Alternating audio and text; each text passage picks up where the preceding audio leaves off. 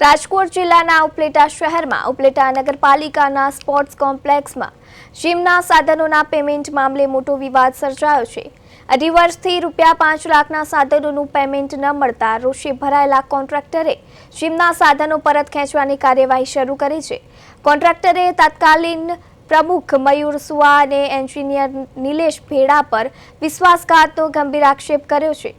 કોન્ટ્રાક્ટરનો દાવો છે કે પાલિકાએ ફૂટીકોડી પણ ચૂકવી નથી અને પેમેન્ટ આપવા બદલે સાધનો લઈ જવાનું કહેવામાં આવ્યું હતું।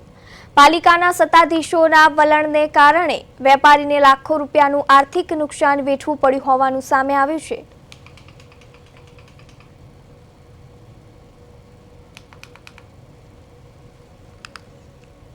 ત્યારબાદ નગરપાલિકાના એન્જિનિયર દ્વારા જેનું નામ છે નિલેશભાઈ ભેડા, જેના એડવાન્સ પેટ અમને કહેલું હતું કે ભાઈ તમે જે સ્પોર્ટ કોમ્પ્લેક્સ અમારું નવું બને છે અને એ કોમ્પ્લેક્સની અંદર અમારે જીમના સાધનો ફિટ કરવાના છે પ્રજા માટે, તો તમે એડવાન્સમાં કામ કરી આપો અને બાકીનું જે કાંઈ પેમેન્ટ ચર્ચા છે એ અમે તમને પાછળથી બધી હેલ્પફુલ કરી દેશું।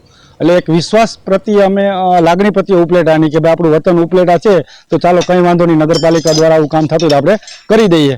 એટલે એડવાન્સમાં અમે આ કામ કરી નાખ્યું। પછી જેમ જેમ સમય વીતતો ગયો અને જેમ જેમ અમે એને અવારનવાર કહેતા ગયા કે ભાઈ આનું શું કરવાનું, પણ અમને સફળતા પેમેન્ટ બાબતની ક્યારેય મળી નહીં। આજે અઢી વર્ષ પછી હવે અમે ચીફ ઓફિસર સાહેબ અમને એમ કહે છે કે ભાઈ તમારા સ્વખર્ચે તમે આ સાધનો પાછા નીકાળી શકો, તો હવે અત્યારે નીકાળવા માટે અમે અહીંયા આવેલા છીએ।